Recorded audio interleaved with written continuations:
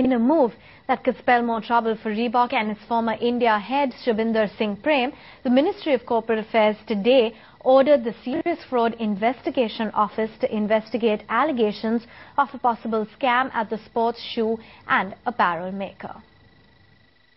Reebok investigation, it just came yesterday. I got a preliminary report. I think there is some prima facie case. Now I ordered for we have referred the case to the SFIO to make a further investigation. Devdutt Das now joins in with more details on the same. Devdutt, run us through why the MCA has ordered an SFIO probe against the company and what could this really mean for Reebok? As you heard the minister speak last week around, there was a preliminary ROC Registrar of Companies investigation ordered into the company after there were allegations of an 8,700 crore rupee worth kind of scam that had emerged.